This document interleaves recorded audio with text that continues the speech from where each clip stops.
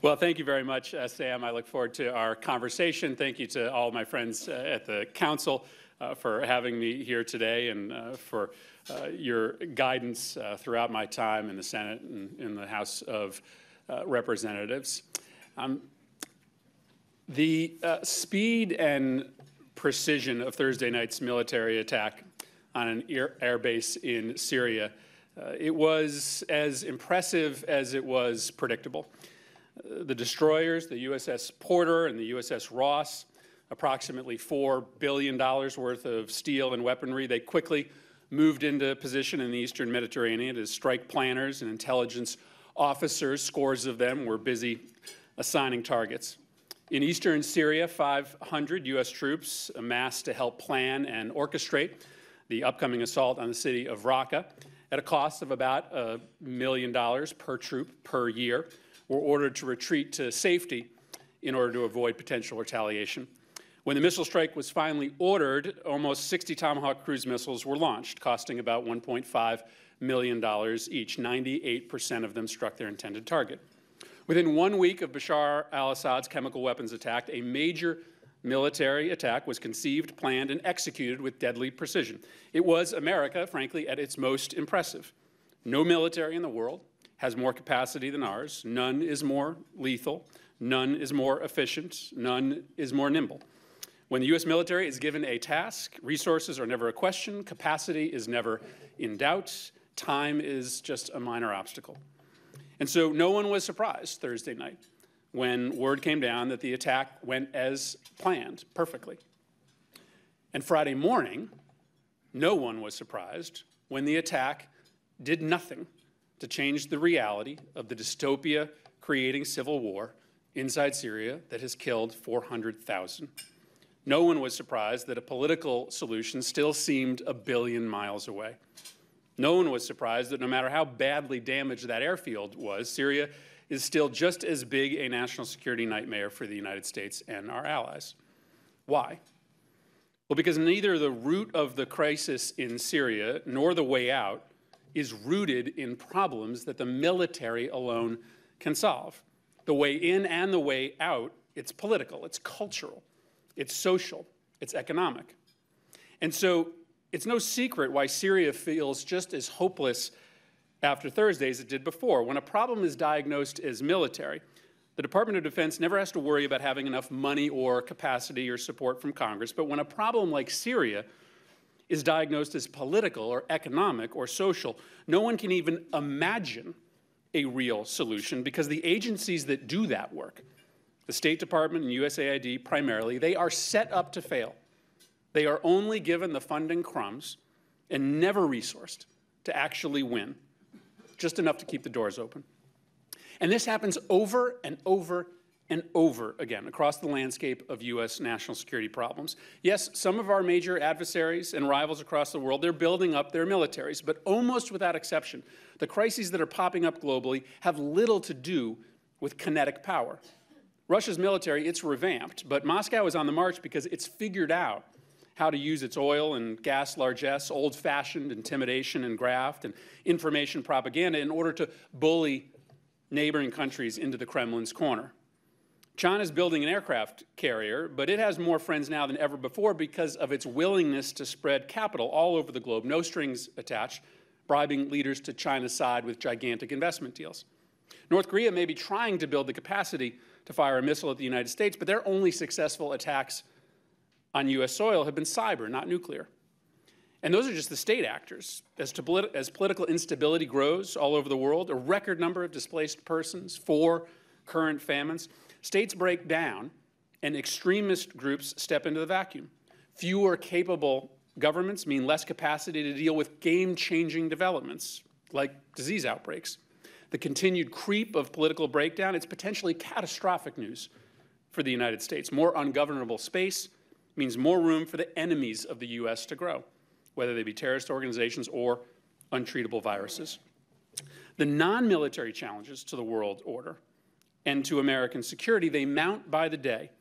Frankly, they define the new threats that lay at our doorstep. And yet, we scratch our heads and wonder why, under both President Obama and President Bush, pursuing very different philosophies and strategies with nearly unlimited resources, our enemies seemed only to multiply and strengthen. The answer to me is simple. A strong American military is still vital to guard against conventional security threats, but the emerging threats to global stability exert influence that cannot be checked with military power alone. We face a new world today, and the new global power players, emerging economies, energy-rich bullies, developing world youth poverty bulges, and shadowy terrorist groups are increasingly immune to the blunt force of American military hegemony. The world's changed, the tools that our rivals and our enemies used have transformed, and yet we have stayed the same. Now, we pay lip service to standing up new capacities to meet these new threats, but it's largely just that, lip service. Military and intelligence spending still outpaces diplomacy and development spending by a 20-to-1 margin. 20-to-1. Think about it this way. We have more people working at military grocery stores today than we have diplomats in the State Department. That's insanity. Or how about this? In the global competition for foreign investment, China's lapping us. Why? Maybe it's because our budget for public diplomacy around the world is $650 million, and their budget for creating economic and political goodwill is $10 billion. Or how about foreign aid? We wonder why it's not effective anymore. Well, in 1950, when we were rebuilding Europe after World War II, we were spending 2% of our GDP on international assistance programs. Today, that number is 0.1%. That's a 94% diminution. We're getting what we pay for. We wonder why Egypt won't get serious about governance reform that could reduce the flow of young men into terrorist groups. Well, maybe it's because Saudi Arabia is pumping 10 times the amount the United States is into the Egyptian economy, and as a consequence, their priorities take precedence. The bottom line is this: every U.S. president, Republican or Democrat, is destined to fail if we don't recognize that the toolkit that we currently give to our commander-in-chief is a total mismatch for the real challenges that our nation faces. And so here's the argument that I want to make today. It's time that we thought about our non-kinetic forces in the same way that we think about our warfighters. We need to give the Department of Defense everything it needs to succeed. We should do that. It's a dangerous world out there, and peace is achieved, in part, through military strength. I want my country to have the capacity to do what it did on Thursday night. What I'm saying is that we should look at the State Department and USAID like we look at the Department of Defense. If it's reasonable to ask for $50 billion more in military funding, as the president is, then it should also be reasonable to propose $50 billion more in non-military security funding. And so today, I'm unveiling a detailed proposal to change course, and I hope you'll take a look at it. I'm showing the path forward to right-size America's national security budget for the real threats that face our country. I'm outlining the way that we can rebuild our country's national security toolkit so that presidents have, for the first time in our memory, the option to succeed globally if they choose to. And so here's how it would work. First, we need to recognize the success of the Marshall Plan wasn't an accident. Spending money on building stability is a great national security investment, and it's never been in greater need than it is today. We can't compete with China or Russia or even ISIS if America exits the economic development playing field. And we cannot continue playing the role of global fire department, responding to crises only after they've developed into 4-alarm blazes. Instead, we need a 21st century Marshall Plan that recognizes that the best prophylactic against extremism, despotism, and armed conflict in at-risk regions, and the best pathway to open new markets to American goods, is economic empowerment. So the plan sets forward specific proposals to do this. First, let's just take the handcuffs off of U.S. development financing. This doesn't come at any expense to the U.S. taxpayer. Why is America, the global capital of capital markets, allowing China to run circles around us when it comes to global finance? It's time to consolidate the current alphabet soup of financing agencies into one powerhouse, the U.S. International Development Bank, and take off all the restrictions that currently exist on development finance so that we can compete with countries like China, or Russia, or India for global deals that are good for the U.S. and U.S. companies. Then let's really ramp up the Millennium Challenge Corporation. It's a model that works, but the money isn't enough to demand real reform, and there's a line of countries that want in. A reinvigorated MCC could make huge leaps forward on global stability. And we should partner the MCC with a new program to fragile states where money is fronted to coincide with the implementation of reforms so that the development aid coming from the United States reaches countries where it really matters. Finally, recognize that our adversaries, they are using energy as a weapon, and we should start fighting back. Begin financing energy independence for countries on the periphery of petrodictators. Put money up to do it, and have a robust policy of moving U.S. LNG to ports of allies and would-be allies. Making Ukraine energy independent is a better long-term investment than anything we could do with their military. The second set of proposals envisions an America that can truly respond to security crises before they necessitate the deployment of cruise missiles. There is nothing soft about the work that our diplomats do to protect and advance U.S. security, whether they're countering Russian-fed corruption in the Balkans, working to stem the flow of undocumented migrants from Central America, or fighting the spread of intolerant Islam in the Middle East. Our diplomats are hardened defenders of U.S. security all over the globe. And by the way, they don't cost $1 million per year to deploy. So this report focuses on powering up some of the most important missions of the State Department. A renewed focus on countering extremist and state-backed propaganda. It's already underway, but it needs more help. Rapidly spreading corruption. It's undermining the rule of law and U.S. interests all over the world. And a new cadre of Foreign Service officers who are dedicated to promoting good governance. It can help turn the tide.